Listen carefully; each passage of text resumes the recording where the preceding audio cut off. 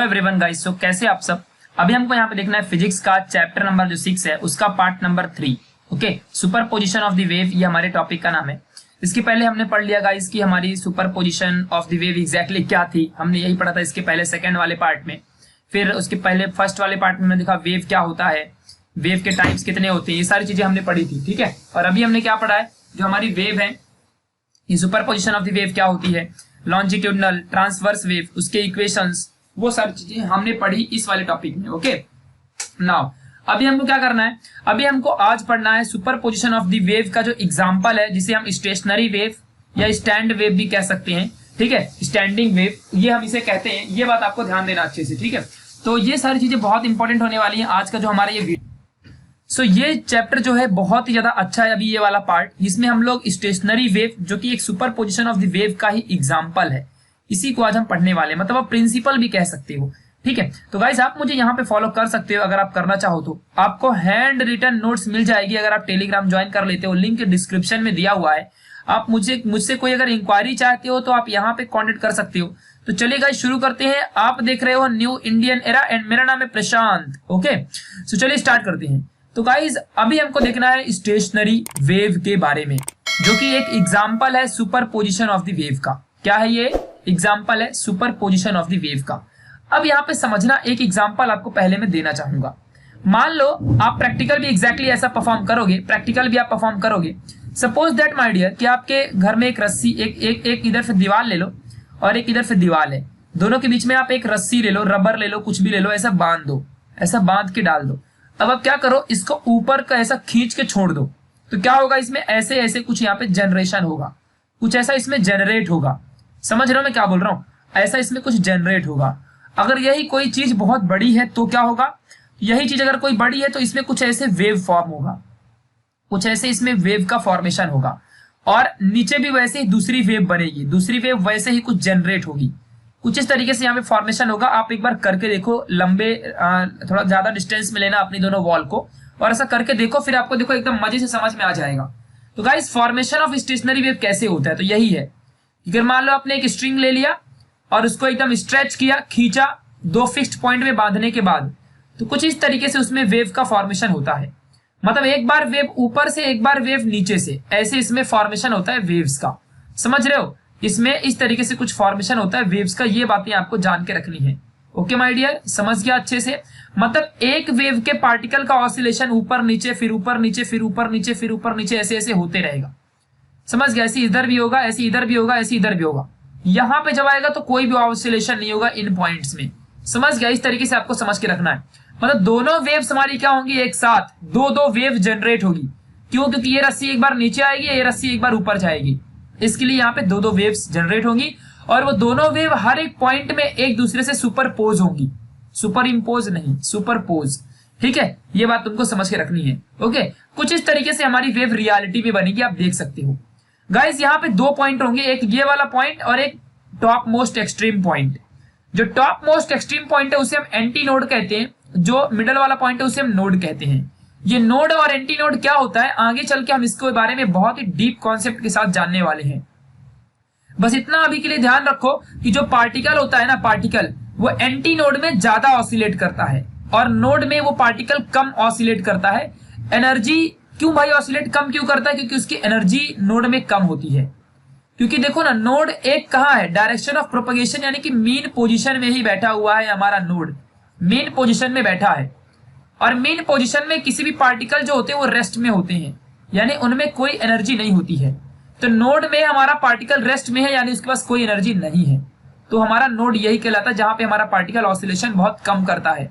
लेकिन जो हमारा एंटी नोड है, यहाँ पे पार्टिकल देखो ना कितना ज्यादा यहाँ से ऊपर तक एम्पलीट्यूड है, यानी ज्यादा यहाँ पे ऑसिलेशन करेगा, और वही पॉइंट हमारा एंटी नोड कहलाएगा। तो बस यही समझना है यहाँ पे एग्जैक्टली क्या हो रहा है। जितने भी यहाँ पे वेव्स हैं, अब दोनों वेव्स, दो वेव्स ऐसे देखो, यहाँ पे एक वॉल है, यहाँ पे एक वॉल है, दोनों के बीच में एक रस्सी को आपने ऊपर नीचे खींचा था। दोनों वेव्स का जो एम्पलीट्यूड है एकदम एग्जैक्टली सेम रहेगा। आप चाहे तो देख लो, एम्पलीट्यूड मतलब जो पार्टिकल का oscillation, maximum oscillation done by the particle, चाहे वो नीचे पकड़ लो चाहे ऊपर पकड़ लो, कहीं भी पकड़ो, लेकिन सब बराबर ही रहने वाला है। यानी एम्पलीट्यूड हमारा ऊपर तक, एक्सट्रीम तक बराबर ही जाने वाला है। तो चाहे फ्रीक्वेंसी हो चाहे उसका एम्पलीट्यूड हो, सब एकदम एग्जैक्टली इक्वल ही रहेगा। जब हमारी दो वेव इस तरीके से कुछ स्टेशनरी में जाके हमारी दोनों वेव्स और सुपरपोज होंगी इस तरीके कंडीशन में, ठीक है। तो यहाँ पे जो फ्रीक्वेंसी होगी और चाहे वो एम्पलीट्यूड हो, दोनों एग्जैक्टली एकदम सिमिलर रहने वाला है। ओके, चलो अब हम इनका एक्सप्रेशन देखते हैं। अब देखो, एक वेव था तो अभी हमने देख लिया था कैसा इसका डिस्प्लेसमेंट था, y equal to a sin omega t। हमने यही डिस्प्लेसमेंट देखा था ना इसके पहले वाली वीडियो में, एक सिंगल इंडिविजुअल वेव का डिस्प्लेसमेंट और दूसरी वेव हमारी जो यहाँ पे दूसरी वेव है इसका डिस्प्लेसमेंट।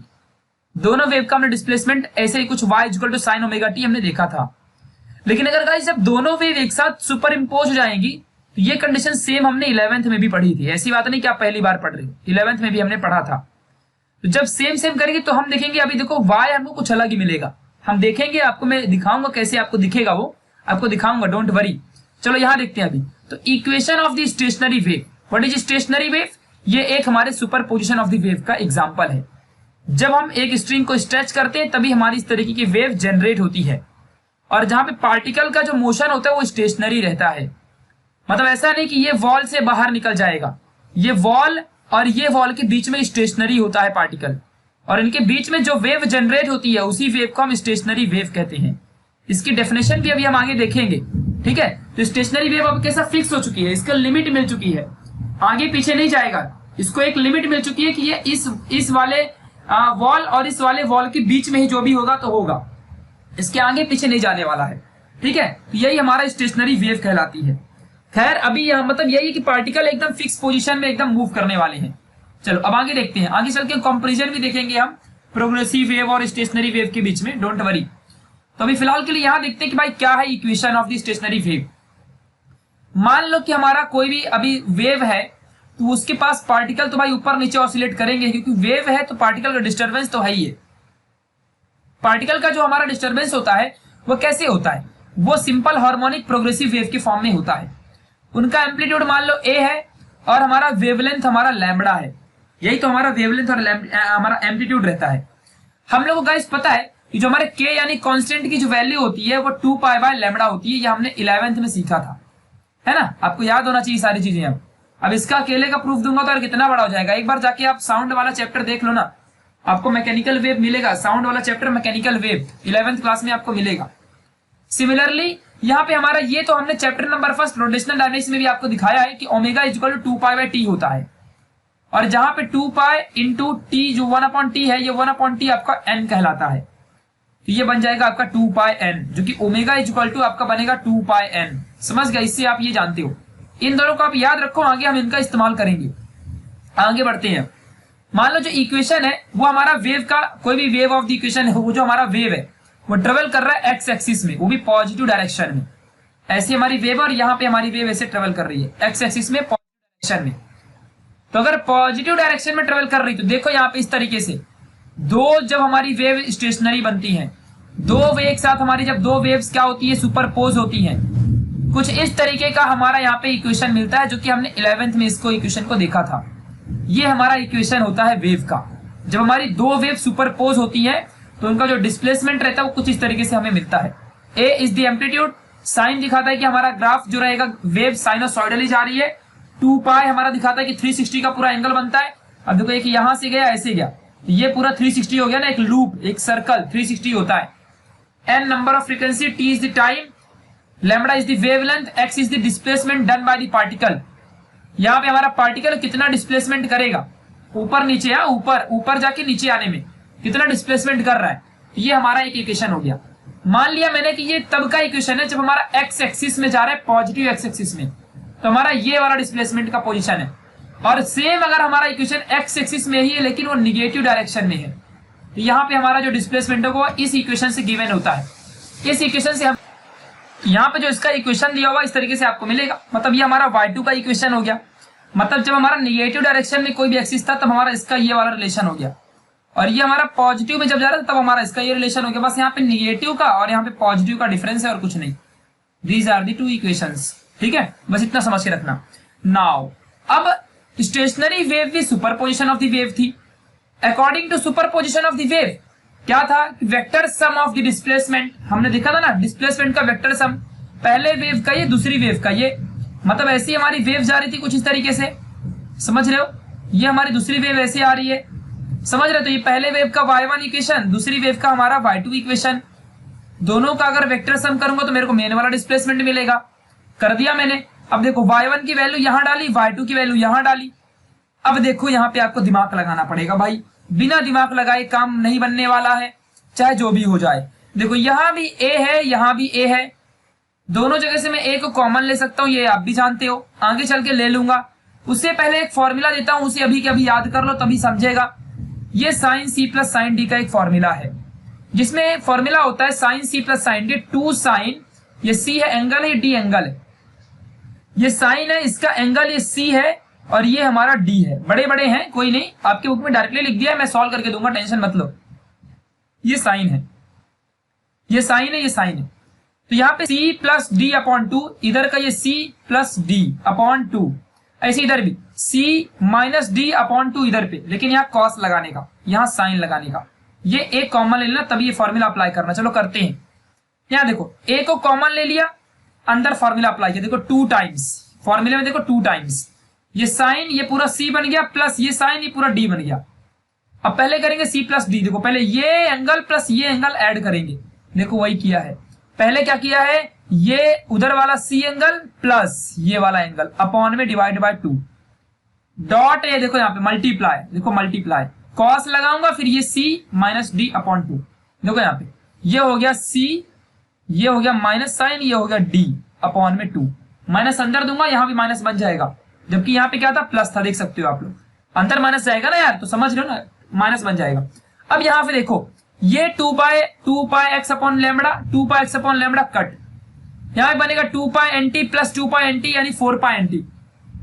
अच्छा 2 पाई एन टी और ये 2 पाई एन टी बन जाएगी 4 पाई एन टी, 4 पाई एन टी, 4 पाई एन टी को 2 लोग से डिवाइड कर दो तो यहाँ पे बन जाएगा 2 pi N T 2 pi N T. Okay चलो, तो ज्यादा दिमाग लगा रहे तुम लोग, हाँ चलो। अब यहाँ देखो, फिर यहाँ पे क्या बनेगा, अभी यहाँ पर भी सेम केस, ये हमारा 2 पाई एन टी है, ये माइनस 2 पाई एन टी, दोनों कैंसल, यहाँ पे बनेगा minus 2 pi X upon lambda, यहाँ पे minus 2 pi X upon lambda, ये बन जाएगा माइनस 4 पाई एक्स अपॉन लेमड़ा, लेकिन डिवाइड बाय 2 है तो यहाँ पे 2 रख दिया, ये 2 से 2 कैंसिल हो जाएगा, यहाँ पे बनेगा ओनली क्या बनेगा, minus 2 pi X upon lambda. लेकिन आपको एक बात बता दूं कि देखो ये कॉस के साथ में माइनस साइन है, कॉस के साथ में ये माइनस साइन, ये पूरा मैथ सॉल्व किया है यहाँ पे, मैथमेटिक्स है पूरा। अब ये कॉस अगर माइनस थीटा होता है तो उसका आंसर कॉस थीटा ही आता है, कोई फर्क नहीं पड़ता उससे, ठीक है, ये बात आपको ध्यान रखना है। यहाँ पे अगर कॉस माइनस 4 पाई एक्स अपॉन 2 लेमड़ा है, ये 2 से 2 काट दो, यहाँ पे 2 बन जाएगा, तो यहाँ पे सीधा आंसर आएगा कॉस 2 पाई एक्स, और यहाँ पे 2 पाई एन टी, ये 2 pi sine 2 pi N T, वैसे का वैसे ही। ये ए को अंदर दे दो, ये 2 के साथ 2a यहाँ पे देखो आ जाएगा, और बाकी सेम सेम, समझ रहे हो, ऐसे हमारा ये हमें इक्वेशन मिलेगा। ये हो गया हमारा wavelength of the 2 stationery waves, समझ गया। अब देखो यहाँ पे एक चीज समझते हैं, इसमें कुछ चीजें जैसे कि 2 पाई एक्स अपॉन लेमड़ा, ये हमारा कांस्टेंट है, ये हमारी वैल्यू देगा, चलो इसी को हम कांस्टेंट मानते हैं, उसका एम्पलीट्यूड समझते हैं। अब इसको अच्छे से लिख देता हूं, पहले 2a के साथ cos 2 pi X upon lambda को, ये लिखने का तरीका है, पूछना मत कैसे आ रहा है, 2a cos 2 pi X upon lambda, इसको साथ में एकदम लिख दिया, लिख दिया ना, मैथ नहीं आता क्या, इतना लिख दिया हमने, sin 2 पाई एन टी आ गया। नाउ अब यहां देखो, ये पूरे को अगर मैं एम्पलीट्यूड मान लूं तो ये मेरा sin 2 pi N T, 2 pi N T omega होता है, तो यहाँ पे sin ओमेगा टी, यानी क्या बनेगा, y equal to a sin omega T, ऐसे बन जाएगा। a हमारा ये रहेगा एम्पलीट्यूड, ये पूरा a कहलाएगा, ऐसे इक्वेशन बनता है ना पूरा का पूरा, sin ओमेगा टी, समझ रहे हो ना। तो यहाँ पे a के जगह में 2a cos 2 pi X upon a आ जाएगा, समझ गया, मतलब upon lambda equal to a, ये हमारा एम्पलीट्यूड है। ये हमारे अगर जब कोई 2 वेव स्टेशनरी होती हैं तो उनका एम्पलीट्यूड यही होता है, 2a cos 2 pi X upon lambda, इसका इस्तेमाल हम आगे करेंगे, याद रख लो इस फॉर्मूले को, ये फॉर्मूला होगा जहां पे x डिस्प्लेसमेंट, लैम्बडा वेवलेंथ, बाकी तो फिर हमारा a एम्पलीट्यूड है ही है। देखो यहाँ पे मैंने a डाल दिया, इस पूरी वैल्यू की जगह में a डाल दिया, मेरे को इक्वेशन बन गया y equal to a sin 2 pi N T, 2 pi N क्या होता है, ओमेगा, अभी अभी देखा था ना स्टार्टिंग में, आपको बताया था, भूल गए क्या, याद है तो आबाद है, भूल गए तो बर्बाद है, 2 pi upon T, omega equal to 2 pi N, समझा, याद आया, अभी देखो यहाँ पे 2 पाई एन आ गया, हमको क्या मिलेगा, y equal to a sin omega T, और ये इक्वेशन है हमारे स्टेशनरी वेव का। जो कि हमारा रिजल्टेंट डिस्प्लेसमेंट देता है जब कोई दो पार्टिकल एसएचएम परफॉर्म करते हैं अबाउट देयर मीन पोजीशन, ऐसे ऐसे। समझ गया? तो ये इक्वेशन आपको याद रखना है। Now what is the definition of stationary wave? तो याद रखना इस फॉर्मूले को, डेरिवेशन एग्जाम में पूछता है आपके बुक में। इसके बाद सीधा ये लिख दिया है, किधर गया भाई, सीधा ये लिख दिया है, इसके बाद सीधा इधर पहुंचा दिया, इधर इधर इधर। समझ रहे हो? ये पूरा स्टेप गायब कर दिया है। किस तरीके से ये फॉर्मूले का इस्तेमाल किया वो बताया ही नहीं है, ये बात ध्यान रखना अच्छे से। हाँ, नाउ अब हमारा स्टेशनरी वेव का डेफिनेशन देख लो। जब दो आइडेंटिकल वेव, आइडेंटिकल मतलब सेम सेम, ट्रेवल होती है सेम पाथ में but in the opposite direction, तो वो एक दूसरे से इंटरफियर होती हैं, और इस तरीके की वेव को हम जो हमारी रिजल्टेंट वेव बनती है वही स्टेशनरी वेव होती है। मतलब कहने का ये है साफ साफ कि यहां से एक अब आपके पास ऐसी वेव है, ये मतलब स्ट्रिंग है, इसको अपने ऊपर खींच के छोड़ दिया तो यहां से एक वेव जनरेट होगी। जो वेव ऐसे यहाँ के जो पार्टिकल होंगे वो कुछ इस तरीके से यहाँ पे ऐसे मतलब समझ रहे ना, ऐसे ऐसे ट्रेवल कर करके यहां तक जाएंगे। उस चीज को यार इमेजिन करो ना प्लीज, उस चीज को आप इमेजिन नहीं कर पा रहे हो, मैं जानता हूं। देखो मैं क्या बोल रहा हूं आपको, ध्यान समझना अच्छे से जरा। आपने कोई ऐसी रोबोट मूवी देखी है? रोबोट मूवी वेव, देखो आपको समझाता हूं। रोबोट मूवी देखे रहोगे जिसमें वो चिट्टी गुंडा वाला चिट्टी बन जाता है, वो चिट्टी गुंडा वाला बन जाता है ना, उसके अंदर गंदी वाली चिप लग जाती है। तो जो गुंडा वाला बनने के बाद क्या करता है, वो एक ही पैर मारता है तो नीचे की पूरी टाइल्स दूर दूर तक फूट जाती हैं। इमेजिन कर पा रहे हो मेरी बात में क्या बोल रहा हूं? जस्ट इमेजिन, याद है वो चीजें? चिट्टी यहां खड़ा रहता है, यहां पे एक लात मारता है तो यहां तक की सारी टाइल्स फूट जाती हैं। कैसे फूटती हैं? पहले यहां की फूटती है, फिर यहां की फूटती है, फिर यहां की फूटते फूटते ऐसा ऊपर ऐसे होती है, मतलब रन रन रन रन ऐसे फूट फूट के यहां तक की भी हमारी सारी टाइल्स फूट जाती है। कुछ ऐसे यहां पर वेव ऐसी ही चलती है रियलिटी में। पार्टिकल मूव नहीं हो रहे हैं वहां टाइल्स में फूटने के टाइम पर भी। पार्टिकल फूट के टाइल्स उड़ के दूसरी जगह जाती है क्या? नहीं ना। टाइल्स घर में जो टाइल्स लगी होती है ना, टाइल वो टाइल्स वहीं के वहीं रहती है, उसकी एनर्जी दूसरे वाले पार्टिकल में ट्रांसफर होती है और वेव ऐसे ही बन जाती है। जब यहाँ पे आप स्ट्रेच करके खींचोगे तो ये भी वैसे ही कुछ ऐसे मूव होकर ड्रन ड्रन ऐसे करके यहां तक जाएगा, और फिर यहां से मूव करके जब ये है रिजिड बॉडी तो सेम वेव हमारी क्या होगी, वैसे का वैसे ही, बस ये क्रस्ट है तो ये ट्रफ बन के निकलेगी यहां से, फिर ये ट्रफ बन के निकलेगी, फिर ये ट्रफ बन के निकलेगी। तो ये हमारी कैसी वेव बन गई? पहले ऐसा था, फिर ऐसा था, फिर ऐसा था, यहां से वेव आई तो ऐसे बन गई, फिर ऐसे बन गई, फिर ऐसे बन गई। यानी ये वेव इस डायरेक्शन में जा रही थी तो ये वेव इस डायरेक्शन में जा रही है। Two waves are in the opposite in direction. अब समझ में आया क्या? कंडीशन नंबर 1 देखा था ना चैप्टर नंबर, अभी इसी चैप्टर के पार्ट नंबर 2 में। This is the rigid body. जब क्रस्ट आएगा तो टकरा करके ट्रफ निकल के जाता है रिजिड वाले कंडीशन में। रिंग नहीं है ये, रिंग नहीं है, रिजिड वाली कंडीशन है। तो वैसे का वैसे ट्रांसफर होके जाएगा। समझ में आई मेरी बातें? समझ में आई मेरी बातें? तो यही बात यहाँ पे आपको याद रखनी है। यहां से जाएगा क्रस्ट लेकिन आएगा ट्रफ, यही आपको समझ के रखना है। ठीक है? तो यहां पे इस तरीके से जब हमारी दो आइडेंटिकल वेव ट्रेवल होंगी सेम पाथ में बट अपोजिट डायरेक्शन, ये इधर को तो ये इधर को, तो जब ये इंटरफियर होती हैं तो जो हमारी ये पूरी देखो ये रिजल्टेंट वेव लूप के फॉर्म में जो मिला, यही वेव हमारी स्टेशनरी वेव कहलाती है। ऐसे केस में पार्टिकल कहीं नहीं जाते, पार्टिकल इसी के अगल बगल ऐसे ही घूमते हैं, पार्टिकल ऐसे ही घूमते हैं। समझ गया? पार्टिकल वैसे का वैसे ही घूमते हैं, इसीलिए हम इसको स्टेशनरी कहते हैं, क्योंकि पार्टिकल तो ज्यादा मूव ही नहीं कर रहा है। समझ गया? बस एक ध्यान रखना। उसका एम्पलीट्यूड किससे मिलेगा? अभी अभी देखो फॉर्मूला निकाला, A equal to 2a cos 2πx upon lambda. याद कर लो, याद कर लो, अभी तक याद नहीं की इस फॉर्मूले को, पागल हो, इस फॉर्मूले को अभी के अभी याद कर लो तुरंत। ठीक है? तो याद कर लो, यही है हमारा amplitude of that stationary wave. Resultant amplitude है ये, अंडू पांडू भी नहीं है ये, रिजल्टेंट एम्पलीट्यूड है ये बात आपको ध्यान रखना है, बहुत इंपॉर्टेंट है ये। ठीक है? सो रिजल्टेंट वेव आपको याद रखना। तो चिट्टी ने आज हमको वेव समझा दिया। जिस बंदे ने उस टीवी को देखा होगा मूवी को, जब हमारा चिट्टी गुंडा बनता है, फिर वो नहीं का दुश्मन वाला जो हमारा साइंटिस्ट रहता है यार, वो साइंटिस्ट उसको बोलता है कुछ, तो फिर उसके टकले में हाथ घुमा के टकला फोड़ देता है चिट्टी, फिर वहीं पे वो एक कदम मारता है पैर तो पूरा टाइल्स फूट जाता है। एक जगह पे कदम मारता है, यहाँ पे पैर मारता है तो यहाँ की टाइल्स फूट जाती है। कैसे? पहले यहाँ की फूटती, फिर यहाँ की फूटती, फूट फूट के ऐसे वेव ही बनती है, वो वेव ही ट्रांसफर होती है वहां पे। समझना?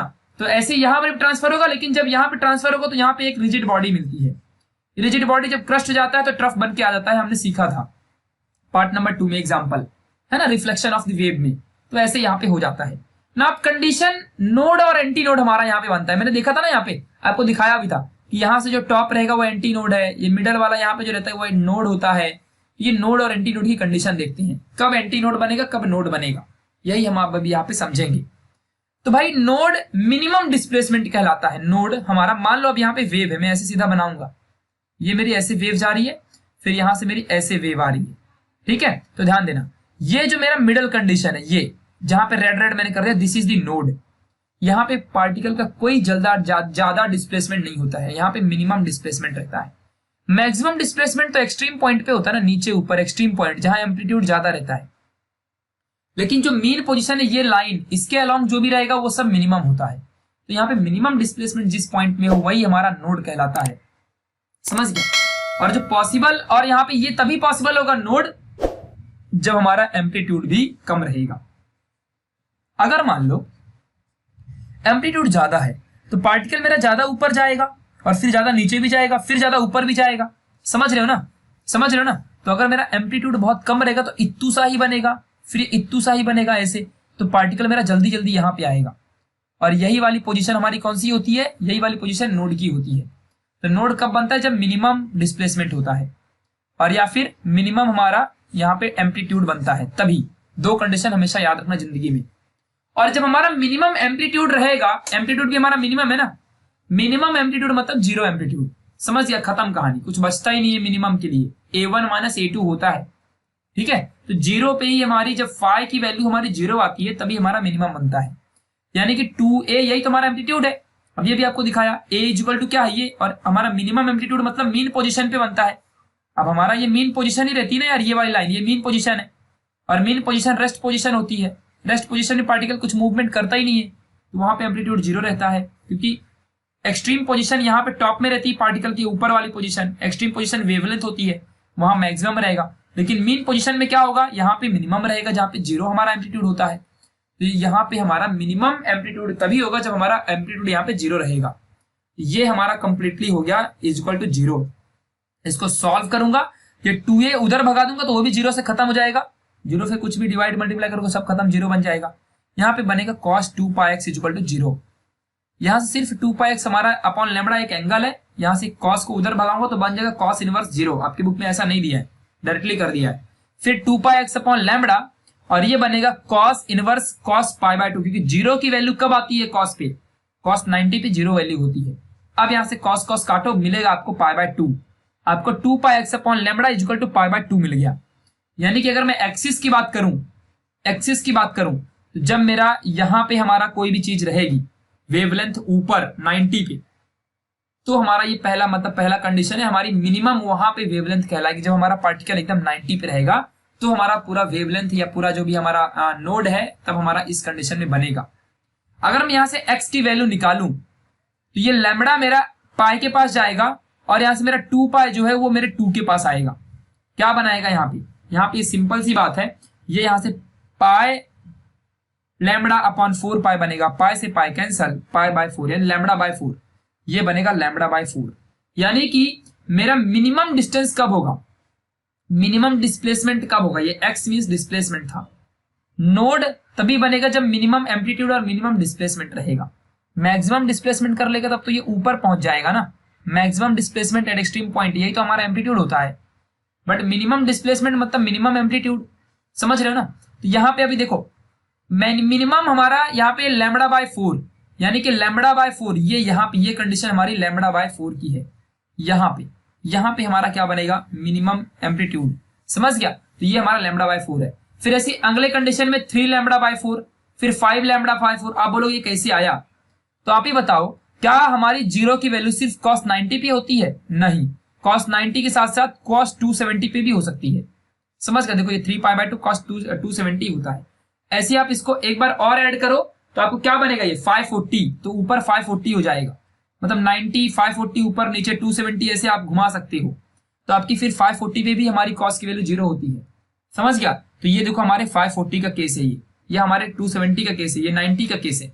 मतलब ये हमारा जो कोऑर्डिनेट होता है ये 90 का रहता है, ये 270 का रहता है। तो जो ये लाइन के अक्रॉस जो भी आएगा ना, तो हमारा cos की वैल्यू ये लाइन के अक्रॉस जीरो होती है, समझ गया। चाहे 90 पे ले लो चाहे 270 पे ले लो, एक बार और घुमाओ तो यहाँ पे 540 बन जाएगा, चाहे ले लो, और घुमाओगे आप लोग तो 1080 बन जाएगा, और ले लो, समझ रहे हो ना। तो इन सभी वैल्यूज पे हमारी जो मतलब cos की वैल्यू जीरो ही रहती है। तो इन्हीं वैल्यू पे मैंने सॉल्व किया है। मैंने पाई बाय 2 पे देखा तो मेरा जो डिस्प्लेसमेंट है लैम्बडा बाय 4 पे बन रहा है। ये हमारा पाई बाय 2 फेस एंगल है, लैम्बडा बाय 4 हमारा फेस डिस्टेंस है। समझ गया, क्योंकि लैम्बडा लेंथ होता है तो डिस्टेंस रहेगा और पाई एंगल होता है। फिर 3 पाई बाय 2 के साथ अगर मैं 2 पाई एक्स से एक्स की वैल्यू निकालू तो मुझे 3 लैम्बडा बाय 4 मिलेगा। 5 पाई बाय 2 से निकालो तो मुझे यहाँ पे 5 लैम्बडा बाय 4 मिलेगा। आप चाहे तो करते जाओ, बस डिवाइड बाय 2 कर दो, सारा आंसर आपके सामने। समझ रहे हैं? तो यही बातें आपको बस ध्यान देनी है, सारी की सारी वैल्यू आपको याद रखना। तो ये बस इतना याद रखो कि लैम्बडा बाय 2 पे 0 होता है, 3 लैम्बडा बाय 2 पे 3 पाई बाय 2 पे भी हो सकता है, मतलब पाई बाय 2 पे 0, 3 पाई बाय 2 यानी 270 इस पे भी 0, 5 पाई बाय 2 इस पे भी 0। तो इस पाई बाय 2 से आंसर कितना आया? लैम्बडा बाय 4 एक्स की वैल्यू, ये इधर लैम्बडा को इधर भगाया, 2 पाई को इधर भगाया, कट किया, लैम्बडा बाय 4 आया। वैसे इसमें पुट करोगे तो 3 लैम्बडा बाय 4 आएगा, इसमें करोगे तो 5 लैम्बडा बाय 4 आएगा। These are the values of displacement. इन जगह पे हमारा क्या बनेगा, जो यहाँ पे कंडीशन दी है, इन जगह पे हमारा जो नोड बनेगा ये हमारी पोजीशन है, लाइक लैम्बडा बाय 4 में, फिर 3 लैम्बडा बाय 4 में, फिर 5 लैम्बडा बाय 4 में। इन पोजीशन पे हमारा क्या बनेगा? डिस्प्लेसमेंट होगा एक्स। ऐसी बता के रखा है, ठीक है, ये बात आपको ध्यान रखना है। ऐसे ही अगर मैं इसका अब ऐसे कितना तक जाएगा, अब आगे 5 बाय 2 है यानी कि यहाँ पे मैंने 1080 ले लिया, और घुमाओ ऊपर जाएगा तो फिर ये 2000 मतलब 2160 बनेगा, 2160, मतलब समझ रहे हो ना, डबल करते जाना है। तो इतना कौन करते बैठेगा यार, ठीक है। तो इसके लिए अब हम क्या करेंगे, यहाँ ये n तक जा रहा है तो हमने एक रिलेशन कॉमन बना दिया जिसका है 2 pi minus 1 upon into lambda by 4, जहां पे p की वैल्यू है आपकी 1। अगर आप p की वैल्यू 1 डालोगे तो ये बनेगा 2 माइनस 1 लैम्बडा बाय 4। 2 माइनस 1 होता है, लैम्बडा बाय 4 ओनली। समझ गया? यानी अगर पहले ही कंडीशन देखूं, मैं पहले ही नोड देखूं, फर्स्ट नोड है मेरी, ये पहली नोड, नहीं समझ रहे हो, ये फर्स्ट नोड, पहली नोड 1, p मतलब 1, p की जगह में 1, p मतलब node 1, first node lambda by 4 पे। सेकंड नोड निकालो 2 पुट करके, यहाँ पे 2 इंटू 4 माइनस 3 बन जाएगा, यहाँ पे 3 लैम्बडा बाय 4 आएगा। देखो सेकंड नोड यहीं बन रही थी ना, 3 लैम्बडा बाय 4। समझा? ये हमारा रिलेशन है, इस रिलेशन को याद कर लो। ये हमारे नोड का पोजीशन दिखाता है, this is the position of node, याद रख लो इसको ध्यान से। ये हमारे नोड का पोजीशन है, ठीक है, ये हमारे किसका पोजीशन है? नोड का। ये हमारी सेकंड नोड, थर्ड नोड, ऐसी जितनी भी नोड आपसे मांगा जाए, 10वीं नोड, 12वीं नोड कहां बनेगी, इस तरीके से आपको इसी फॉर्मूले में ये पुट करना है और आंसर निकाल लेना है। 2p माइनस 1 लैम्बडा बाय 4, ऐसे ही आपको मिल जाएगा। समझ गया? और एक बात ध्यान रखना, पहला नोड लैम्बडा बाय 4 पे बनता है, नोड, एंटी नोड की बात नहीं कर रहा हूं, और दूसरा 3 लैम्बडा बाय 4 पे बन रहा है। इन दोनों के बीच का जो रिलेशन है, डिफरेंस है, वो आप निकाल के देखो, आपको लैम्बडा बाय 2 मिलेगा। करके चाहे तो देख लो, विश्वास ना हो तो। 4 पाई माइनस 3 लैम्बडा, यहाँ पे सॉरी 12 लैम्बडा अपॉन 4 चौक 16, और यहाँ पे क्या मिलेगा, ये -12, मतलब रिलेशन निकाल रहा हूँ, 3 लैम्बडा बाय 4 माइनस यहाँ पे लैम्बडा बाय 4, ये काटो पूरा, ये देखो, मतलब बड़े वाले से छोटे को माइनस करोगे ना यार, रेफरेंस निकालने के लिए, तो ऐसे करो। यहाँ पे क्या बनेगा, 12 लैम्बडा माइनस 4 लैम्बडा अपॉन, यहाँ पे क्या बनेगा, क्रॉस मल्टीप्लाई करो इन दोनों का, 16। ये क्या बन जाएगा, यहाँ पे 12 में से 4 गया तो कितना बचेगा, 12 में से 4 गए तो 8 लैम्बडा अपॉन 16, ये बनेगा लैम्बडा बाय 2, क्योंकि 8 अपॉन 16 1 बाय 2 होता है। तो देखो यही डिफरेंस आया, यानी दो सक्सेसिव नोड के बीच का डिफरेंस लैम्बडा बाय 2 होता है। यानी पहले की नोड और दूसरी की नोड के बीच में जो डिफरेंस आएगा वो हमारा लैम्बडा बाय 2 रहेगा।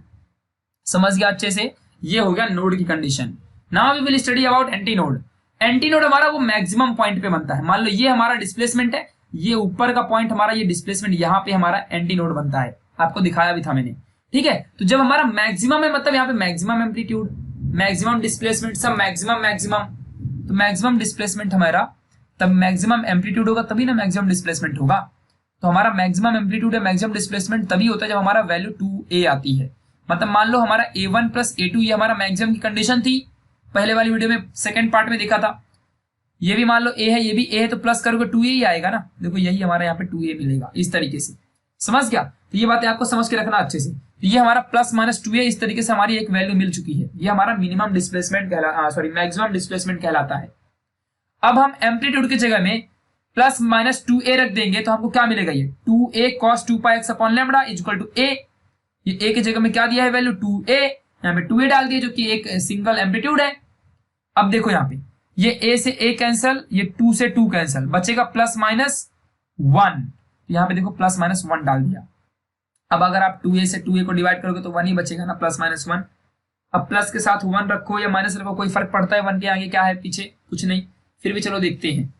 अब इस cos की वैल्यू को इधर भगा दूंगा, जब कॉस की वैल्यू को इधर भगाऊंगा तो यहाँ पे क्या बनेगा, कॉस इनवर्स और ये प्लस माइनस 1 बचेगा। क्या बचेगा, कॉस इनवर्स प्लस माइनस 1। अब जरा ध्यान देना, यहाँ पे दो वैल्यू आ सकती है। अगर मैं कॉस इनवर्स के साथ कॉस 1 की बात करूं, मतलब कॉस 1 कब होता है हमारा, कॉस 1 कॉस 0 पे होता है, ये बन गया। और वैसे ही अगर मान लो कॉस इनवर्स में -1 की बात करूं, यहाँ पे माइनस साइन आएगा, लेकिन एक चीज और ध्यान रखना, यहाँ पे क्या बनेगा, कॉस 0 ही बनेगा। और मैंने बोला था ना, माइनस साइन कभी भी रहेगा तो कोई फर्क नहीं पड़ता, वो प्लस ही रहता है, कॉस के साथ माइनस प्लस ही रहता है। ये प्लस माइनस लिख के कोई फायदा नहीं है, सीधा आंसर आएगा पहला जो हमारा 0 है, कॉस से कॉस कैंसिल, दूसरे से भी 0 ही आने वाला है, क्योंकि माइनस भी प्लस ही होने वाला है, समझ गया। तो यहाँ पे ये आएगा 0। अब देखो ना यार, अगर मान लो कॉस माइनस थीटा है तो वो कॉस थीटा ही ओनली होता है, माइनस गायब हो जाता है अपने आप, फॉर्मूला होता है, फॉर्मूला एंगल फॉर्मूला है ये ट्रिग्नोमेट्री में। अब यहां से मिल गया 2πx इक्वल टू, यहाँ पे कॉस कॉस कैंसिल और 1 की वैल्यू कॉस 0 पे होती, 0 आंसर आ गया, यानी 2πx एंगल 0 है, समझ रहा है। ये हमारा इस तरीके से एंगल बना, ऐसे ही पाई है, 2π है, 3π है, एंगल बन गया। यहां से अगर मैं वेवलेंथ यानी डिस्प्लेसमेंट की बात करूं, कितने नंबर डिस्प्लेसमेंट पे हमारा एंटी नोड बनेगा, एंटी नोड की बात कर रहा हूं, तो अब यहां से लैम्बडा इधर दूंगा, सब कुछ करूंगा, 0 ही बनेगा, पहला हमारा 0, मतलब पहला वेवलेंथ हमारा 0 पे ही बनता है, 0 डिस्टेंस पे, 0 डिस्प्लेसमेंट पे। दूसरा कहां पे बनेगा, दूसरा पाई पे बनेगा, यानी कि ये लैम्बडा ऊपर दो, 2π नीचे दो, समझ रहा है अच्छे से। जब लैम्बडा ऊपर दोगे 2π नीचे दोगे तो लैम्बडा पाई अपन 2π आएगा, समझ रहा है। फिर ऐसे अगला वाला 2π के लिए भी निकाल लो, फिर ऐसे 3π के लिए निकाल लो, जिसके लिए आपकी मर्जी निकालते जाओ, आपकी बुक में ऐसे आगे कर दिया है। अब यहाँ पे देखो x की वैल्यू भी देखो, आपको यहाँ पे 0 पे 0 आई, पाई पे लैम्बडा पाई बाय 2π आई, 2π पे निकालो जरा लैम्बडा आएगी, 3π पे निकालो 3 लैम्बडा बाय 2 आएगी, ऐसे अगला निकाल लो 2 लैम्बडा आएगी, जिसके आगे वाला रहेगा उसकी 2 लैम्बडा आएगी। आप करके चाहे तो देख लो, समझ गया। आप बोलोगे 0π 2π कैसे लिख रहे हो आप, अब देखो मैं आपको इसको भी बताता हूं कैसे। अगर पहला मान लो कॉस की वैल्यू 0 पे 1 होती है, ये हमारा एंगल है, 0 इधर रहता है, 0 पे 1 होती है, इसका मतलब यही एक्सिस पे सब 0 रहेगा, मतलब यहाँ पे 180 पे भी 0 रहेगी, घूम के आओ 2π पे भी 0 रहेगा, समझ रहा है। इधर जाओ फिर हमारा 3π पे 0 रहेगा, इधर आओ फिर हमारा 4π पे 0 रहेगा, इधर आओ हमारा 5π पे 0 रहेगा, इधर आओ हमारा 6π पे 0 रहेगा, ऐसे करते जाओ। यहाँ पे 0, फिर π पे 0, फिर 2π पे भी 0 आएगा, फिर 3π पे भी 0 आएगा, ऐसे ही हमारा 4π पे भी 0 आएगा, तो 4π पे ये देखो हमारा 2 लैम्बडा ही आंसर आएगा, करके चाहे देख लो, मैं करके भी दिया हूं मैंने, समझ रहा है। इस तरीके से आपकी वैल्यू आती जाएगी, मतलब ये सारे एंगल्स हैं and these are the displacement of the particle at different angles, 0 पे 0, पाई पे लैम्बडा पाई बाय 2π, समझ, लैम्बडा पाई बाय 2π, समझ रहे ना। ऐसे पाई पाई चाहे तो आप कट कर दो, आपको लैम्बडा बाय 2 ही मिलेगा, समझ रहे ना। इस तरीके से आपको ध्यान देना है, यही चीजें हैं और कुछ नहीं। नोट के लिए बात करूं तो दो कभी भी जब सक्सेसिव हमारा बिटवीन 2 सक्सेसिव एंटी नोड का जो डिस्टेंस होता है वो हमारा लैम्बडा बाय 2 ही होता है, मतलब कि हमारा जब 2 सक्सेसिव एंटी नोड की बात करूं तो वो लैम्बडा बाय 2 ही आता है। ये बात आपको ध्यान रखनी है अच्छे से, क्योंकि एक हमारा बहुत इंपॉर्टेंट तरीका है, ठीक है, इससे आपको ध्यान रखना। और यहाँ पे अगर मान लो इसी तरीके से मैं और बात करूं तो मान लो अगर देखो ये हमारे 2 सक्सेसिव एंटी नोड के बीच, ये हमारे 2 सक्सेसिव एंटी नोड का है, ऐसे हमारे 2 सक्सेसिव नोड का क्या आया था, वो भी हमारा लैम्बडा बाय 2 ही आया था, हमने सॉल्व भी किया था। यहाँ भी आप करके देख लो, आपको लैम्बडा बाय 2 ही मिलेगा।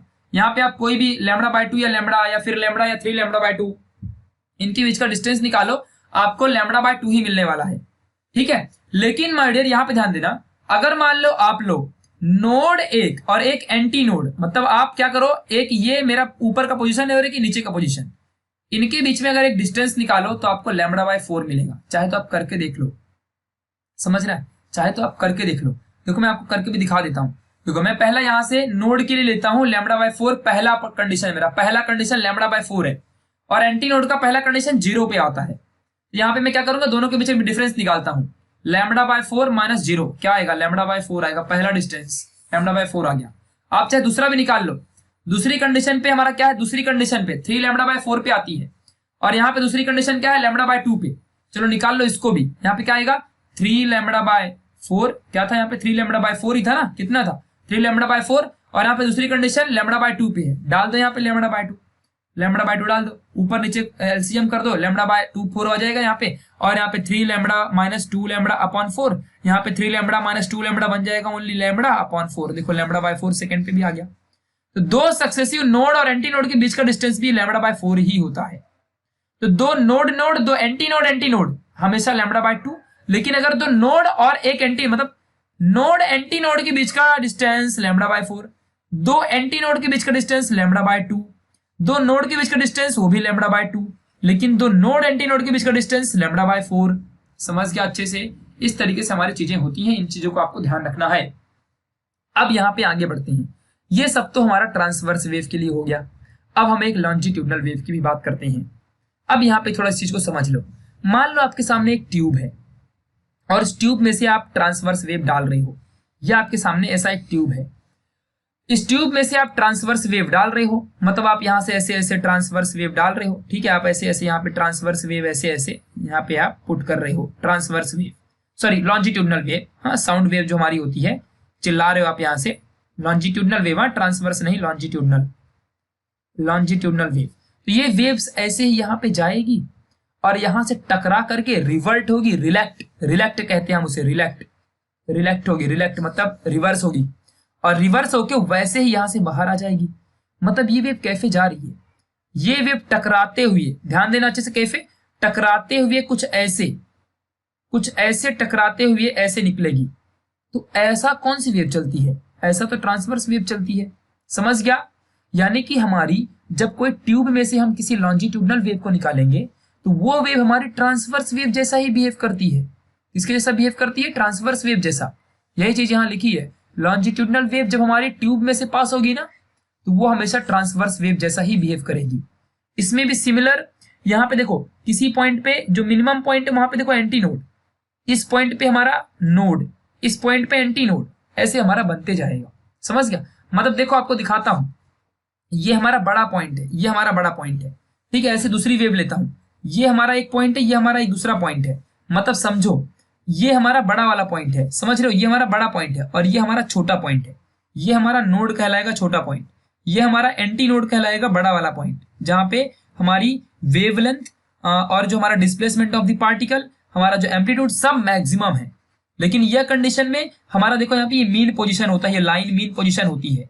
मीन पोजीशन पे सब कुछ नोड वाले में आ गया है। यहाँ पे हमारा जो एम्पलीट्यूड है वो भी कम रहेगा, हमारा जो मतलब डिस्प्लेसमेंट ऑफ द पार्टिकल वो भी कम रहेगा। तो नोड पे सब मिनिमम रहता है, एंटी नोड में सब मैक्सिमम रहता है। समझ गया? यही कंडीशन है। तो यहाँ भी देखो नोड एंटी नोड, जब देखो एंटी नोड है, देखो ज्यादा बड़ा डिस्प्लेसमेंट हुआ है, मैक्सिमम डिस्प्लेसमेंट एंटी नोड में, नोड में कोई डिस्प्लेसमेंट ही नहीं है।